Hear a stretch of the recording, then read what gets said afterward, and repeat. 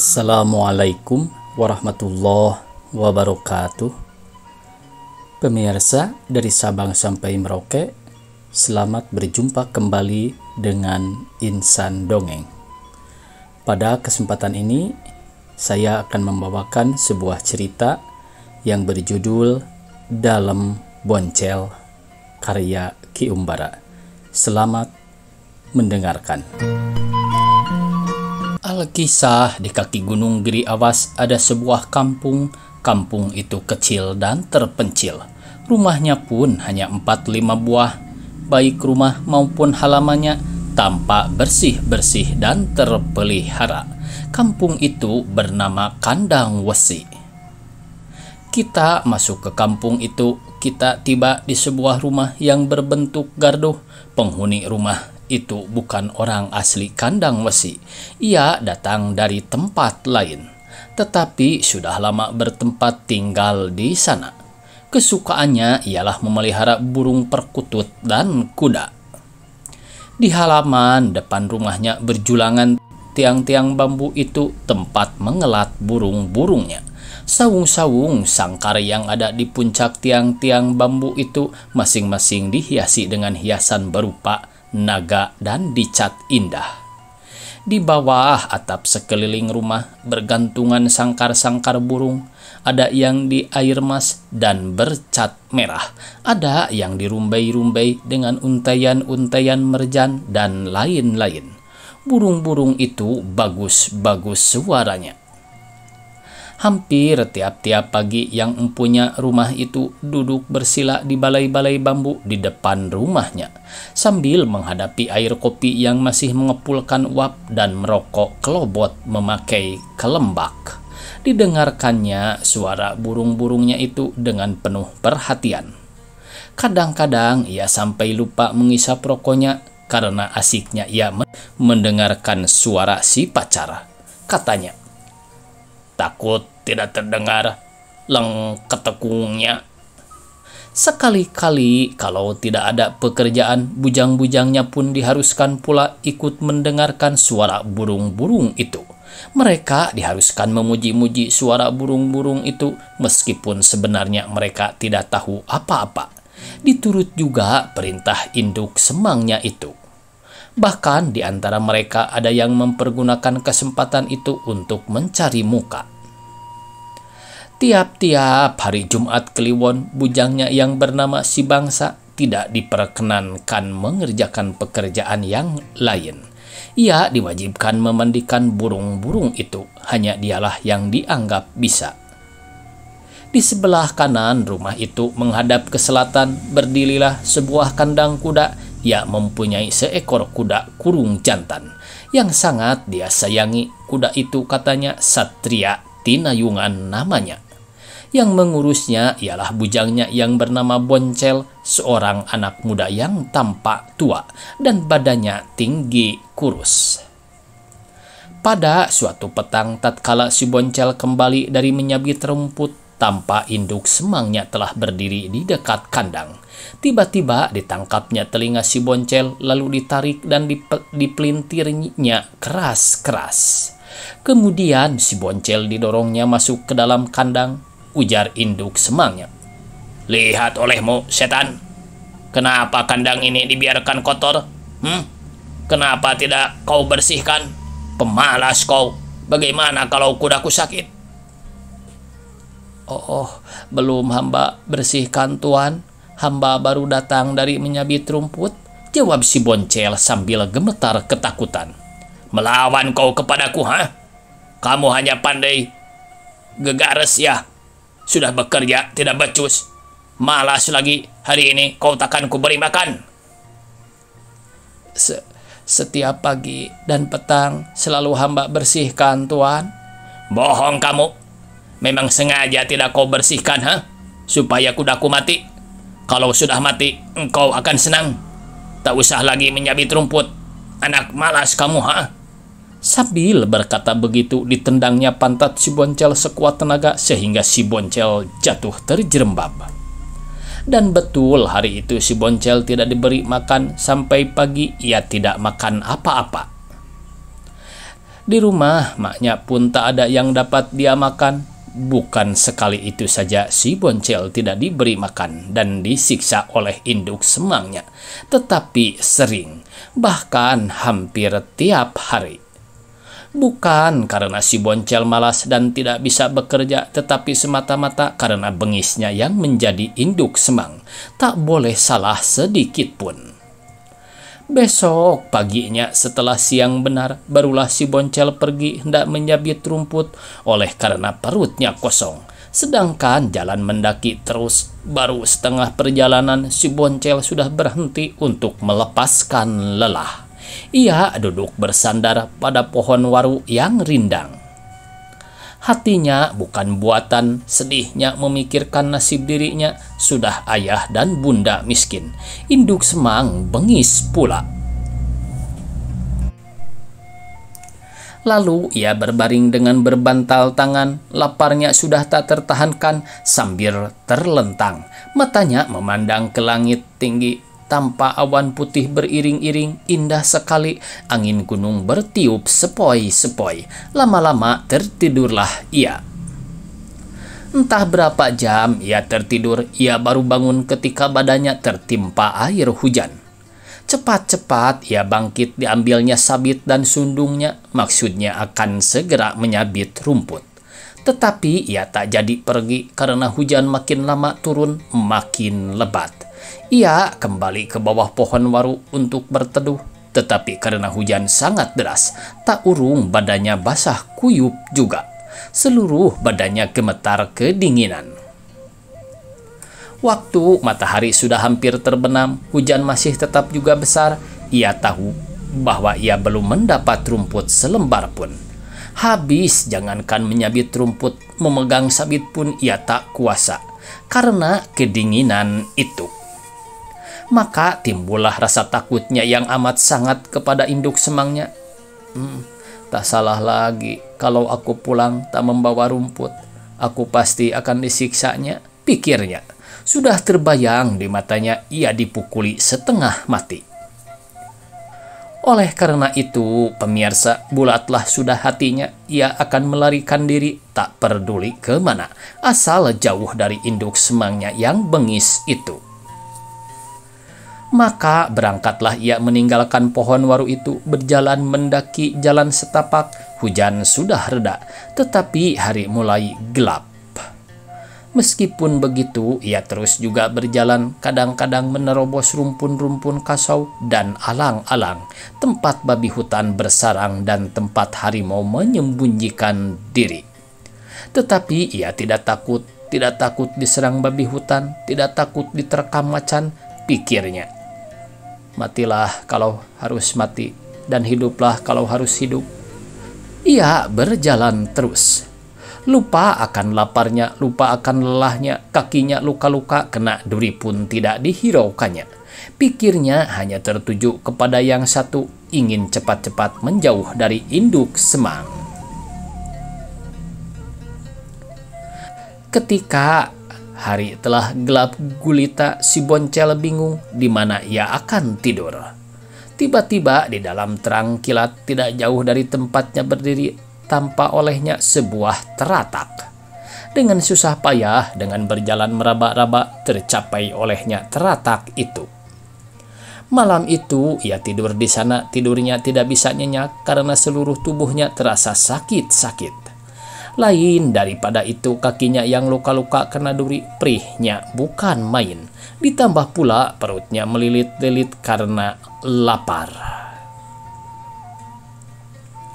Pagi-pagi benar ia sudah berangkat lagi meneruskan perjalanannya, yang dimakannya hanyalah daun-daun muda dan umbi-umbian, dan kadang-kadang juga buah-buahan hutan.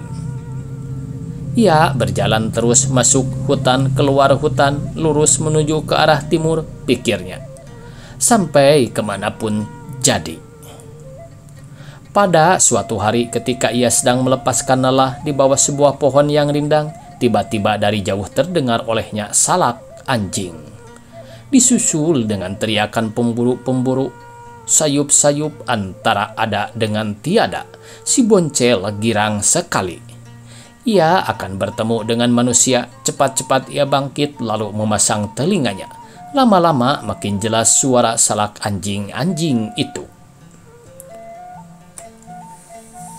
Si Boncel siap dengan pemukul yang dia buat dari dahan kopi. Tanpa olehnya, Kijang yang dikejar anjing-anjing itu lari menuju ke arah dia. Maka berteriak-teriaklah ia.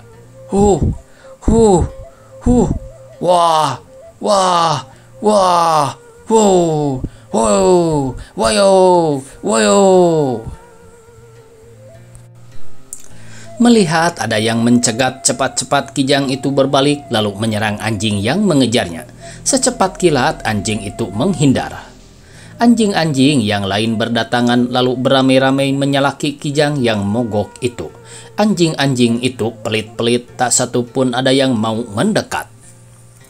Mereka menyalak-nyalak sambil berlindung di balik-balik tunggul. Kalau Kijang itu menyambar, mereka berkelit.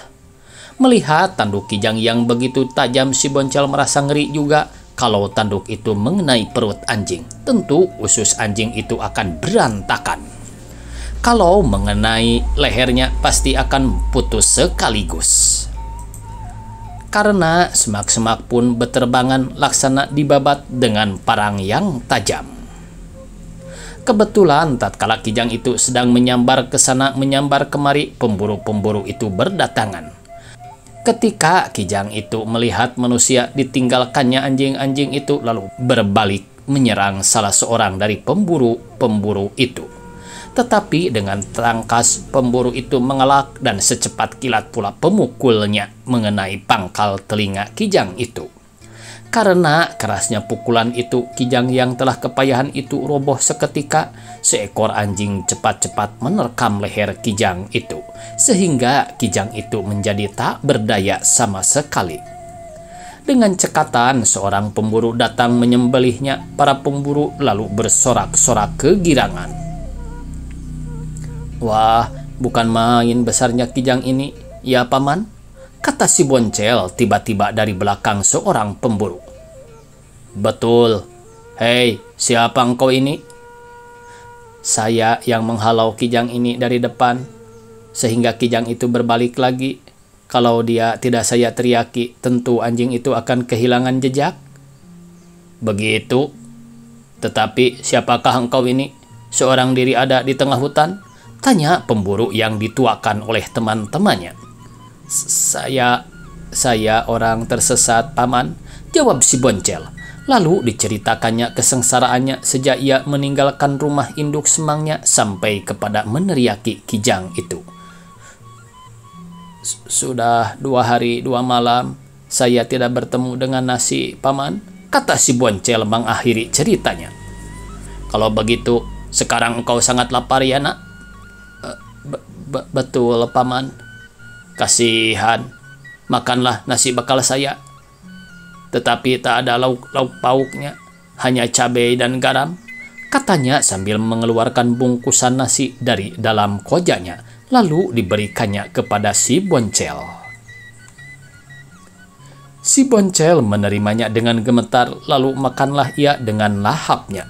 Selesai makan, kata pemburu yang dituakan itu, sekarang ikut saja dengan kami ke pemijahan.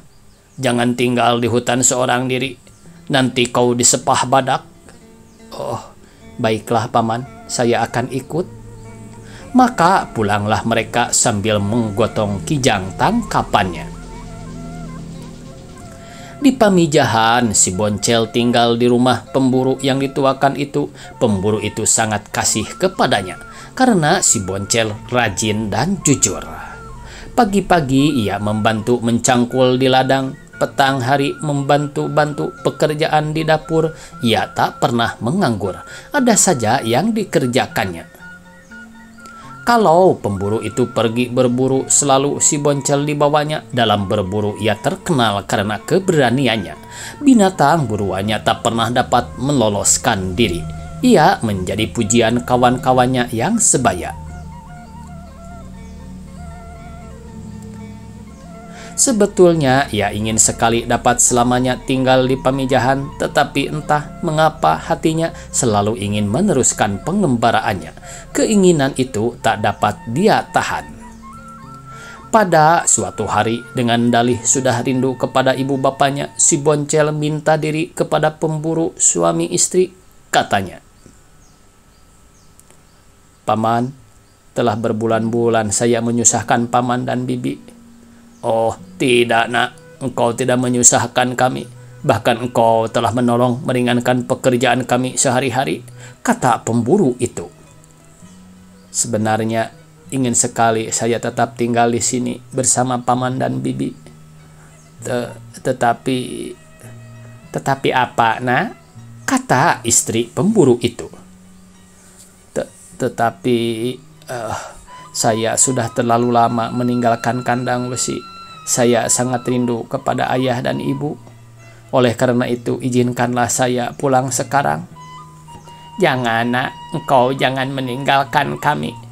Engkau telah menjadi anak kami," kata si bibi dengan sedih. "Betul nak, engkau telah kami anggap sebagai anak sendiri," kata pemburu yang baik hati itu. "Saya berterima kasih sekali atas kebaikan paman dan bibi kepada saya. Tetapi ayah dan ibu di kandang besi selalu terbayang di pelupuk mata. Izinkanlah saya pulang dahulu, bibi." "Ya, aku mengerti, nak. Tentu engkau sudah rindu sekali. Oleh karena itu, pulanglah. Hanya jangan lupa sesekali tengoklah kami kemari. Sampaikan salam kami kepada ayah dan ibumu," kata istri pemburu itu. "Terima kasih, bibi, paman. Akan saya sampaikan itu." Istri pemburu itu tak dapat berkata-kata, ia hanya dapat menangis. Pemburu itu tidak mempunyai anak seorang pun. Oleh karena itu, sejak ada si Boncel di rumahnya, hidup mereka merasa bahagia. Mereka tak menyangka sama sekali bahwa si Boncel akan secepat itu minta pulang. Mengertilah kita mengapa si bibi tak henti-hentinya menangis. Ia bersedih hati. Sambil terseduk-seduk, si bibi pergi ke dapur membungkus nasi untuk bekal si Boncel pulang. "Pergilah, nak. Bibi selalu mendoakan. Bawalah bungkusan ini untuk di jalan." "Terima kasih, Bi. Terima kasih," jawab Boncel. Setelah si Boncel minta diri sambil menyalami kedua orang tua itu, maka pergilah dia meninggalkan orang-orang yang mengasihinya. Dari Pamijahan, si Boncel menuju ke arah barat mengikuti jalan setapak masuk hutan lebat. Lama-lama jalan itu buntu. Sekarang si Boncel kebingungan, tak tahu jalan. Bahkan tak tahu lagi mana utara, mana selatan. Ia tersesat. Berhari-hari lamanya si Boncel masuk hutan, keluar hutan, naik gunung, menuruni gunung, yang dimakan hanya umbi-umbian dan buah-buahan hutan. Kalau hari sudah gelap, ia naik ke atas pohon untuk tidur. Ia tidak berani tidur di bawah karena takut binatang buas. Pada suatu hari, tibalah ia ke puncak sebuah gunung. Dari sana ia dapat memandang kemana-mana. Di kejauhan, tampak kampung-kampung melampung pukat. Jauh di sebelah utaranya, tampak gedung-gedung berwarna putih. Melihat itu semua, bukan main girangnya ia. Hilang capek, hilang pula lapar. Segera ia berjalan menurun menuju ke sana. Setelah berjalan beberapa lamanya, tibalah ia ke tepi jalan raya. Dari sana ia menuju ke arah utara. Dan tibalah ia di sebuah warung. Melihat makanan di warung itu, maka timbullah lagi rasa laparnya. Tetapi uang sepeser pun ia tak punya. Akan minta-minta, ia malu. Akhirnya dia mencoba mengorek tempat sampah lalu menjilati remah-remah yang masih melekat pada kulit-kulit kupat. Ketika tukang warung melihat perbuatannya, segera diusirnya si Boncel, katanya, "Hei, pergilah kamu jauh-jauh, aku jijik melihatnya." Si Boncel pergi. Kebetulan ada pedati yang akan pergi ke Garut. Tukang pedati itu orang yang baik hati. Ketika si Boncel minta ikut menumpang, diluluskannya tanpa banyak pertanyaan. Syahdan ketika itu di Garut, sedang banyak tamu agung yang datang dari jauh, dari Bandung, dari Sumedang, dari Cianjur. Mereka datang memenuhi undangan Bupati Garut yang menikahkan putranya. Juga Bupati Cianjur datang, pengiringnya dikepalai oleh Mas Kapala. Sehari sebelum Bupati Cianjur akan pulang, Mas Kapala sudah sibuk mengatur segalanya. Beliau membeli beberapa ekor kuda sebagai pengganti kuda-kuda yang dibawa dari Cianjur yang dianggap tidak akan kuat lagi pergi ke Cianjur, dan mencari beberapa orang kuli untuk pembawa perbekalan dan oleh-oleh. Tatkala si Boncel mendengar kabar bahwa Mas Kapala dari Cianjur masih mencari kuli, segera ia menghadap. Katanya, "Hamba mendengar kabar bahwa tuanku mencari kuli. Kalau benar hamba bersedia, dan nanti di Cianjur sudilah tuanku menerima hamba bekerja pada tuanku." Jawab Mas Kapala, "Kebetulan aku masih membutuhkan seorang lagi. Syukurlah kalau kau mau, dan aku pun tidak punya penyabit rumput. Tetapi orang manakah kau sebenarnya?" "Oh, hamba orang jauh, tuanku. Datang kemari karena tersesat. Sudah 10 hari hamba tidak makan nasi, tuanku." Mas Kapala sangat kasihan mendengar perkataan si Boncel itu. Lalu si Boncel disuruh makan di warung. Seminggu kemudian si Boncel sudah ada di Cianjur. Ia bekerja pada Mas Kapala sebagai penyabit rumput. Badannya tidak kurus kering lagi karena makannya selalu kenyang dan tidak pernah mendapat siksaan. Selain menyabit rumput, sekali-sekali ia turut pula membantu pekerjaan di dapur. Rajin dan cekatan, tidak usah diperintah lagi, ia memang pandai menitipkan diri. Oleh karena itu, induk semangnya sangat sayang kepadanya, lebih-lebih yang perempuan. Kadang-kadang si Boncel disuruh menjemput putra induk semangnya yang bersekolah di sekolah kabupaten, membawakan buku dan batu tulis. Kalau putra induk semangnya sedang belajar malam, si Boncel selalu mendengarkannya dengan tekun. Dan putra induk semangnya itu sering mengajari si Boncel membaca dan menulis huruf Sunda bila belajarnya sudah usai. Oleh karena rajin dan tekunnya si Boncel belajar, tidak lama kemudian ia telah pandai membaca dan menulis. Meskipun belum lancar benar, berhitung pun sedikit-sedikit ia sudah bisa. Pada suatu ketika Mas Kapala datang ke kandang akan memeriksa kuda. Pada kandang si Radea dilihatnya ada tulisan yang berbunyi, "Kandang si Radea." Pada kandang si Pelor ada tulisan, "Kandang si Pelor."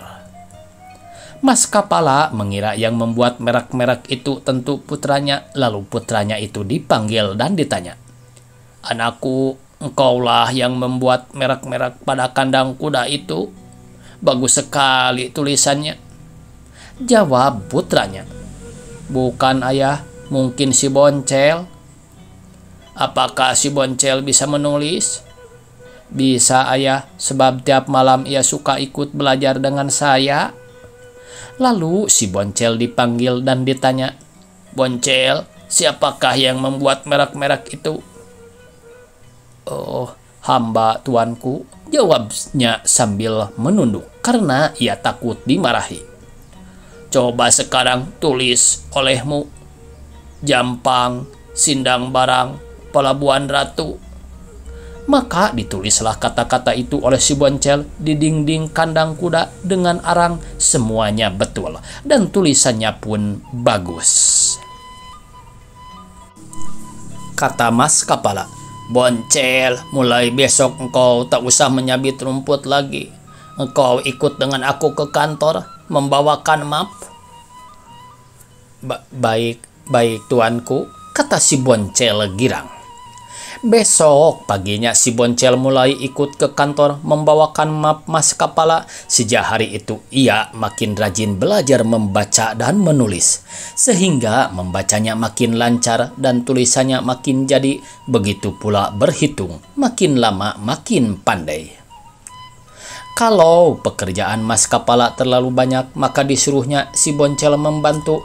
Mula-mula tentu saja hanya yang mudah-mudah, tetapi lama-lama pun yang sulit-sulit karena si Boncel ternyata dapat juga mengerjakannya.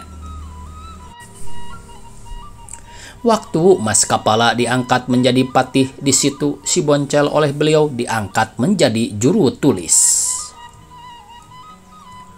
Oleh karena rajin dan jujur dalam melaksanakan pekerjaannya, makin lama si Boncel makin dipercaya.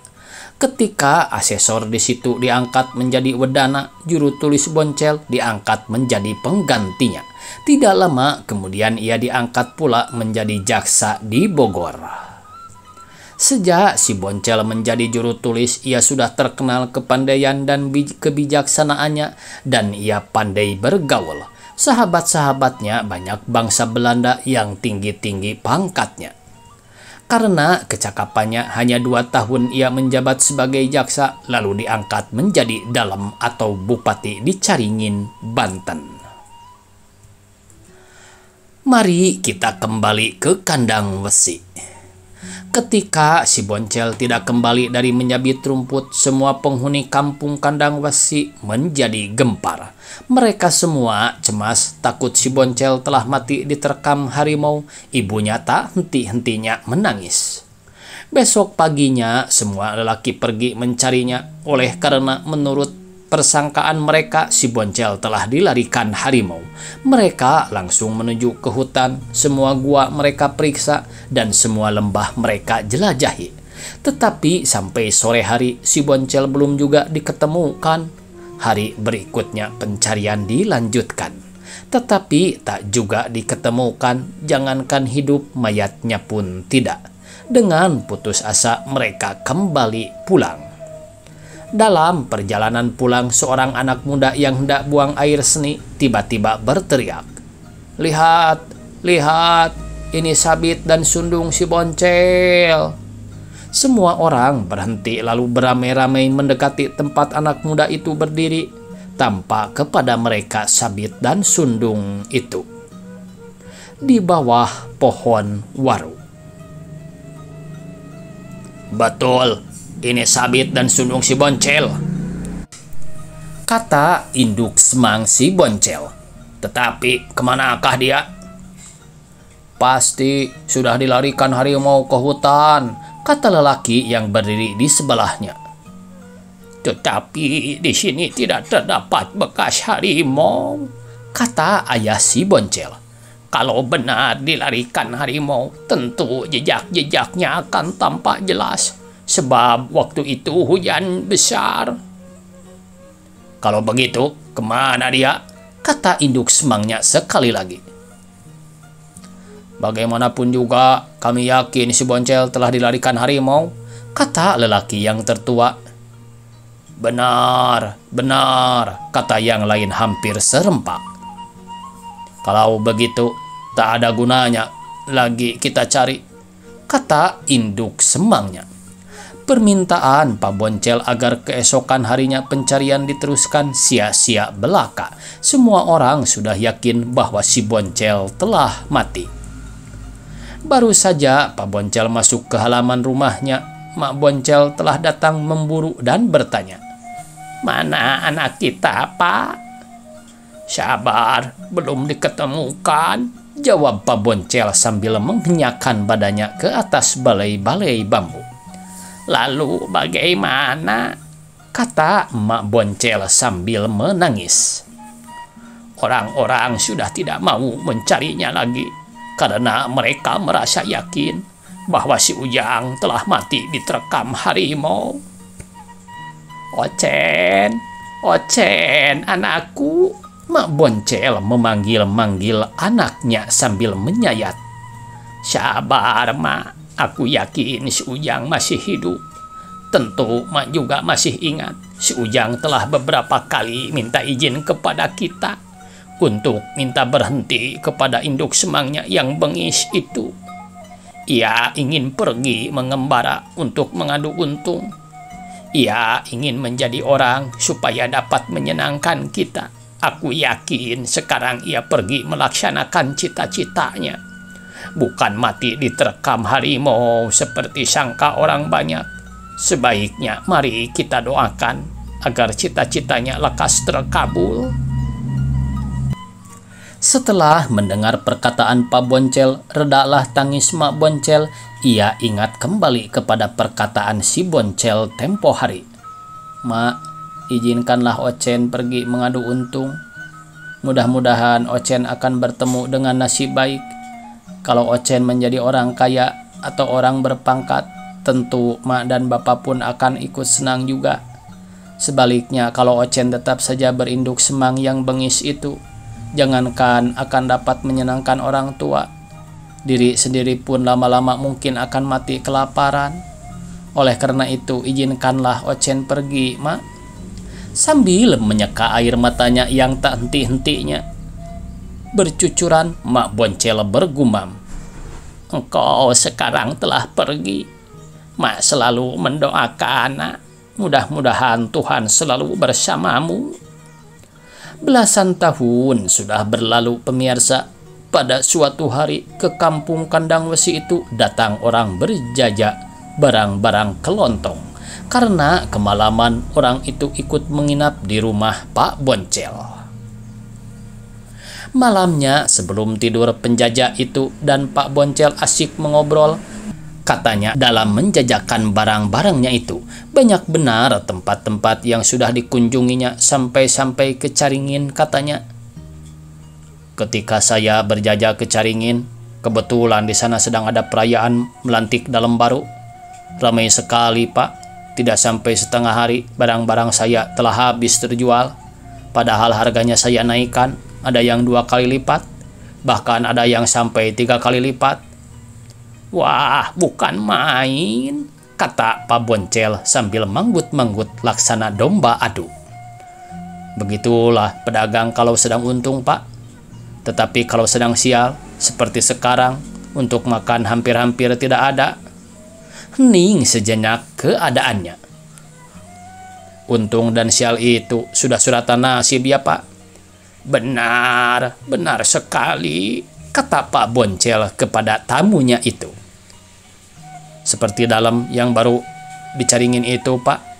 Kata orang, dia bukan orang keturunan, dia orang kebanyakan saja. Asalnya dia dari tanah Parahyangan ini. Namanya pun tidak sebagus nama dalam-dalam yang lain. Hanya Boncel. Siapa namanya, Nak? Tanya Pak Boncel kaget. Boncel, Pak. Dalam Boncel. Boncel. Boncel. Mak Boncel yang sedang asik menginang itu ikut kaget, duduknya pindah mendekati tamunya. Anak kami yang hilang pun namanya Boncel. Kemudian kepada tamunya Pak Boncel menceritakan hal ihwal anaknya yang hilang itu. Bagaimana bentuk tubuhnya dalam Boncel itu, Nak? Kata Mak Boncel kepada tamu. Tinggi, agak kurus, Mak. Bagaimana warna kulitnya? Agak hitam. Barangkali anak melihat ada apa pada pipinya. Kalau saya tidak salah lihat, pada pipinya yang sebelah kanan ada tanda hitam. Betul, betul, Nak. Dia anak kami si Boncel, kata Mak Boncel sambil menyandarkan badannya ke dinding. Alhamdulillah, terkabul sudah cita-cita anakku, kata Pak Boncel hampir-hampir tak kedengaran. Anakku telah menjadi orang, alangkah bahagianya aku, kata Mak Boncel sambil menengadah. Tetapi tidak mungkin dalam Boncel itu anak emak dan bapak, kata penjajah itu. Sebab yang menjadi dalam itu harus orang yang pandai membaca dan menulis. Sedangkan Ujang Boncel, anak emak dan bapak, tidak bersekolah kan? Itu betul juga, nak. Tetapi entah ya, Bapak yakin benar dalam Boncel itu anak kami, nak, kata Pak Boncel kepada tamu. Iya, mak hafal benar si Ocen itu badannya tinggi kurus, kulitnya agak hitam, dan pada pipinya yang kanan ada tanda hitam. Bukankah begitu yang kelihatan oleh anak juga? Betul, mak. Tetapi kenapa dia tidak segera menjemput mak dan bapak kemari? Kata penjajah itu. Mungkin karena banyaknya pekerjaan, atau mungkin juga dia menyangka kami sudah tidak ada, kata Pak Boncel kepada tamu. Oleh karena itu, sebaiknya kita saja yang pergi menengok ke sana, Pak, kata Mak Boncel kepada Pak Boncel. Tidak mungkin, Mak, kata penjajah itu. Mak dan bapak yang setua ini takkan kuat berjalan ke sana. Caringin jauh sekali dari sini. Lalu diceritakannya bagaimana jauh dan susahnya perjalanan ke sana. Tapi kita akan pergi juga ya, Pak. Mak sudah kangen sekali kepada si Ocen. Mati di tengah perjalanan pun tak apa. Kapan kita akan pergi, Pak? Jangan, Mak. Mak tak akan kuat. Nanti kalau saya kebetulan pergi lagi ke Caringin, akan saya sampaikan kepadanya bahwa Mak dan Bapak masih ada dan sangat menunggu-nunggu kedatangannya, kata penjajah barang itu. Tidak, nak. Mak dan Bapak harus pergi ke sana. Mak sudah tidak tahan lagi. Ingin menatap wajahnya sekali lagi sebelum Mak meninggalkan dunia yang fana ini. Besok kita berangkat ya, Pak. Pak Boncel diam saja, hatinya bingung. Berangkat susah, tidak berangkat kasihan kepada Mak Boncel. Alangkah menyesalnya dia nanti kalau Mak Boncel mati sebelum keinginannya untuk bertemu dengan anaknya terlaksana. Dan dia sendiri pun memang sangat rindu pula kepada anak-anaknya itu. Setelah dipikirkannya masak-masak, akhirnya diputuskannya lah untuk berangkat juga. Bukan main Mak Boncel girangnya. Setelah penjajah itu tahu bahwa Pak Boncel dan Mak Boncel memaksa juga hendak berangkat, maka diterangkanlah olehnya arah dan jalan yang harus mereka tempuh sejelas-jelasnya. Jauh malam barulah mereka pergi tidur.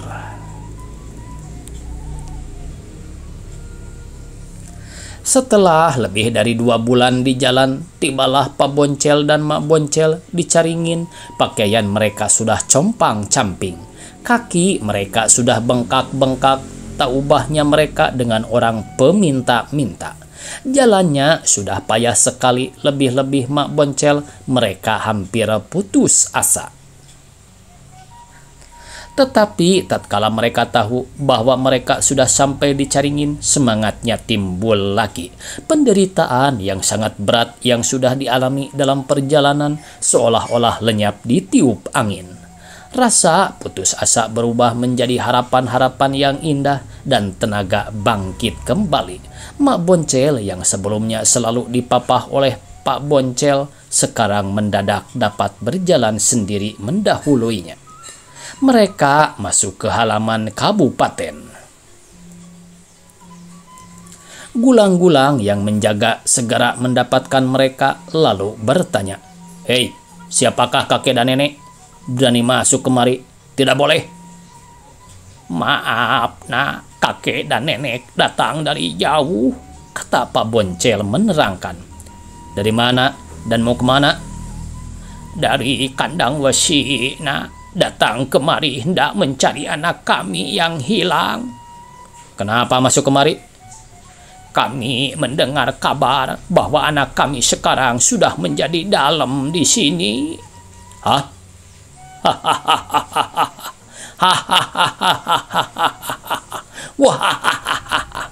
Gulang-gulang itu tertawa terbahak-bahak. "Tidak mungkin dalam anak peminta-minta." "Kami bukan peminta-minta, nak. Demi Allah, kami orang baik-baik," kata Pak Boncel dengan sedih. Tetapi tidak mungkin orang tua dalam sehina ini, kata Gulang-Gulang sambil mencibirkan bibirnya. Nah, kata Mak Boncel dengan lemah lembut. Maafkan kami yang hina ini. Kalau anak tidak keberatan, nenek mau bertanya. Barangkali anak tahu siapa nama dalam. Boncel, jawabnya pendek. Bagaimana bentuk tubuhnya? Tinggi agak kurus. Bagaimana kulitnya? Agak kehitaman. Apakah pada pipinya yang sebelah kanan ada tanda hitam? Tanda Wisnu? Ada, kata Gulang-Gulang kepada Mak Boncel. Nah, tolonglah kami bawa kepadanya. Dia anak kami, nak. Mak sudah rindu sekali. Maklum sudah belasan tahun tidak bertemu. Tolonglah, nak, tolong. Gulang-Gulang itu diam sejenak tanpa dia ragu-ragu. Tolonglah, nak, bawa kami kepadanya, kata Mak Boncel sekali lagi. Tunggu saja dahulu di sini. Saya akan menghadap beliau. Jangan-jangan beliau sedang tidur. Kalau beliau ada, saya akan segera memberitahu nenek dan kakek, kata Gulang-Gulang itu, lalu ia pergi. Aku sudah ingin memeluknya, Pak, kata Mak Boncel kepada Pak Boncel. Dia juga tentu sudah rindu kepada kita. Tentu dia akan menangisi dan memeluk kita. Kenapa lama benar Gulang-Gulang itu? Oh, sabar, Mak. Sebentar lagi Gulang-Gulang itu akan datang bersama si Ujang, jawab Pak Boncel. Aku sudah tak tahan lagi menunggu lama-lama. Mari kita saja yang ke sana, Pak. Dia juga sudah rindu kepada kita. Tentu dia akan menangisi dan memeluk kita. Kenapa lama benar Gulang-Gulang itu? Sabar, Mak. Sebentar lagi Gulang-Gulang itu akan datang bersama si Ujang, jawab Pak Boncel. Aku sudah tak tahan lagi menunggu lama-lama. Mari kita saja yang ke sana, Pak. Pergilah sendiri, biar aku menunggu di sini. Sementara itu, Gulang-Gulang itu datang tergopoh-gopoh, katanya. Kakek dan nenek harus pergi dari sini. Beliau sangat marah. Kakek dan nenek bukan orang tua beliau. Ayah bunda beliau, katanya, sudah lama meninggal dunia. Oleh karena itu, lekas kakek dan nenek pergi dari sini, kata Gulang-Gulang itu sambil menunjuk ke arah pintu keluar. Kalau ada geledek di tengah hari bolong, mungkin Pak Boncel dan Mak Boncel tidak akan sekaget itu.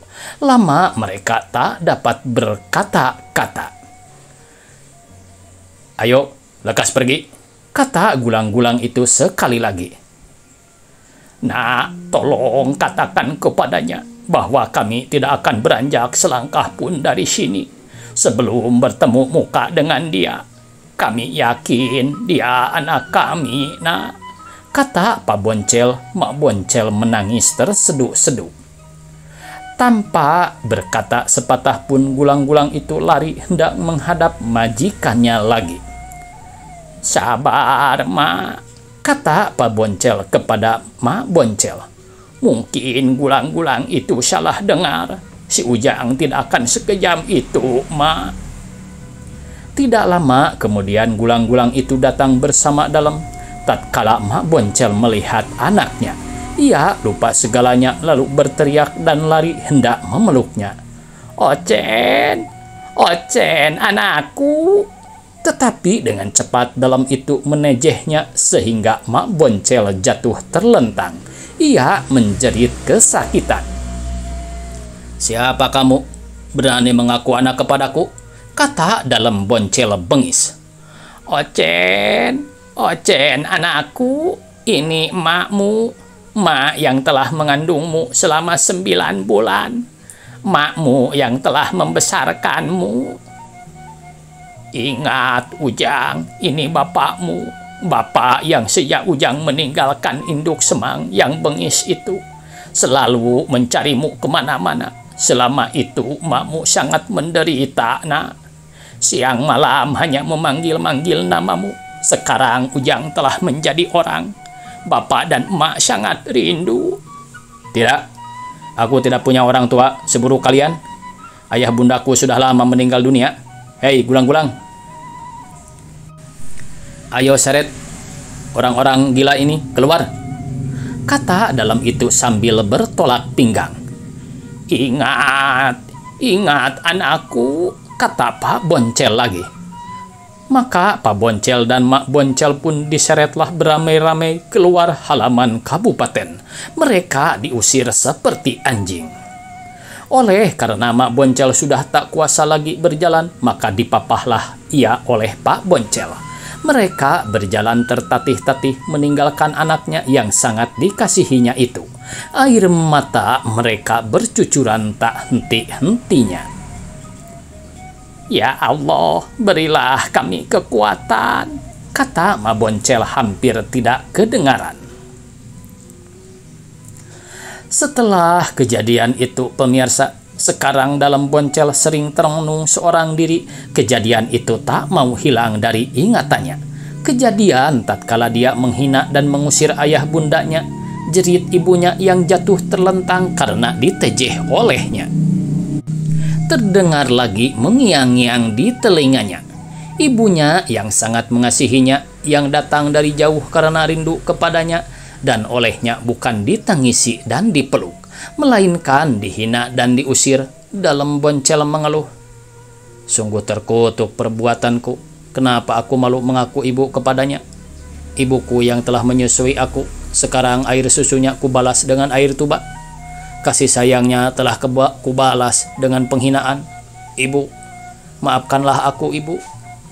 Pikiran dalam Boncel melayang ke kandang besi, kembali ke masa kanak-kanaknya. Tiap malam sebelum tidur, selalu ibunya mendongeng dahulu. Dongeng raja-raja atau dongeng-dongeng binatang yang dapat berkata-kata seperti manusia. Ia baru tertidur kalau dongeng ibunya sudah tamat. Kadang-kadang dia sudah tertidur di pangkuan ibunya sebelum dongeng berakhir. Kalau ibunya pada suatu malam tidak mendongeng, susah sekali rasanya baginya untuk dapat tidur. Pada suatu malam ibunya menceritakan dongeng nenek-nenek dan kura-kura kepadanya. Kata ibunya, zaman dahulu kala ada seorang nenek-nenek. Nenek-nenek itu amat miskin. Kalau pagi makan, maka petangnya tidak. Ia hidup seorang diri. Suami dan saudara-saudaranya sudah tidak ada semua. Sedangkan anak sama sekali ia tak punya. Adapun pekerjaan sehari-harinya ialah mencari tiram di kali. Kali itu terletak dekat teratak tempat tinggalnya. Tiram itu olehnya dijual ke pasar atau kepada tetangga-tetangganya, dan uangnya ia belikan nasi. Kalau pada suatu hari ia sakit sehingga tidak dapat mencari tiram, maka pada hari itu ia tidak makan. Kasihan ya, Mak, kata Boncel menyela. Pada suatu hari, kata ibunya meneruskan ceritanya, ketika nenek itu mencari tiram seperti biasa, ia mendapat seekor anak kura-kura sebesar jengkol. Nenek-nenek itu amat kaget karena anak kura-kura itu bisa berkata seperti manusia. Katanya, "Nek, jangan nenek bunuh aku, nanti kalau aku sudah besar, aku akan membalas budi nenek." "Baik, nak, engkau tidak akan nenek bunuh." Dengan penuh kasih sayang, anak kura-kura itu dia pelihara di dalam sebuah pasok. Air dan makanannya tiap hari dia ganti. Syahdan, makin lama kura-kura itu makin besar. Pada suatu hari ketika nenek itu hendak pergi ke pasar untuk menjual tiram, kata kura-kura itu kepadanya, "Nek, kalau nanti tiram itu sudah laku, tolong belikan aku bibit labu, aku ingin menanamnya." "Baiklah, nak," jawab nenek itu. Sepulangnya dari pasar, nenek itu menyerahkan sebungkus kecil biji labu kepada kura-kura itu. Kura-kura itu sangat gembira ketika menerima itu. Besok paginya, biji labu itu ditebarkannya di ladang. Kebetulan waktu itu musim penghujan. Tetapi dari sekian banyaknya biji labu yang ditebarkan itu, hanya sebutir saja yang tumbuh. Tumbuhnya amat subur, makin lama makin besar. Lalu berbunga, kemudian berbuah. Buahnya pun sebutir. Sudah tidur kau nak? Mak Boncel bertanya kepada si Boncel. Belum, teruskan mak, teruskan, jawab si Boncel. Baiklah, mak akan teruskan. Labu yang sebutir itu makin lama makin besar, makin tua. Warnanya dari hijau telah berubah menjadi kuning kecoklat-coklatan. Pada suatu malam, tatkala nenek itu sedang asyik makan sirih, tiba-tiba ia mendengar kura-kura itu berkata-kata sendiri. Katanya, "Ya moyangku, aku ingin membalas budi kepada nenek yang telah memelihara dan mengasihi aku. Berilah aku petunjuk, ya moyangku." Pagi-pagi sekali kura-kura itu telah membangunkan nenek itu. Lalu diajaknya ke ladang untuk memetik labu yang sebutir itu. "Petiklah labu itu, Nek. Lalu bantingkan keras-keras," kata kura-kura itu sesampainya di ladang. "Kenapa harus dibantingkan, Nak?" kata nenek itu heran. "Begitulah petunjuk moyangku, Nek." Kemudian labu itu dipetiknya lalu dibantingkan olehnya. Ajaib, labu itu menjadi sebuah gedung yang amat indah, lengkap dengan isinya. Lain daripada itu, di dalamnya terdapat peti-peti emas dan perak. Nenek itu ternganga keheranan. Kata kura-kura itu, "Nek, gedung ini dan isinya adalah milik nenek. Sejak hari ini nenek tak usah mencari tiram lagi. Nenek boleh bersenang-senang terus. Sampai meninggalnya nenek itu tidak kekurangan sandang pangan lagi. Tidurlah nak, ceritaku habislah sudah," kata Ma Boncel kepada anaknya. Sambil bercucuran air mata, kata dalam Boncel bergumam, "Dia hanya seekor kura-kura, seekor binatang melata. Tetapi alangkah mulia hatinya, sedangkan aku seorang manusia dan bupati pula. Tetapi jangankan membalas budi seperti binatang yang hina dina itu, aku bahkan menghinanya dan mengusirnya. Menghina dan mengusir ayah bunda sendiri. Ya Allah, ampunilah aku. Aku menyesal. Aku akan menghadap kepada ayah dan bunda. Aku akan menghadap kepada ayah dan bunda. Aku akan bersujud kepadanya. Aku akan mencium dan mencuci kakinya. Lalu aku minum airnya. Ya Allah, berilah aku kesempatan untuk melebur dosaku."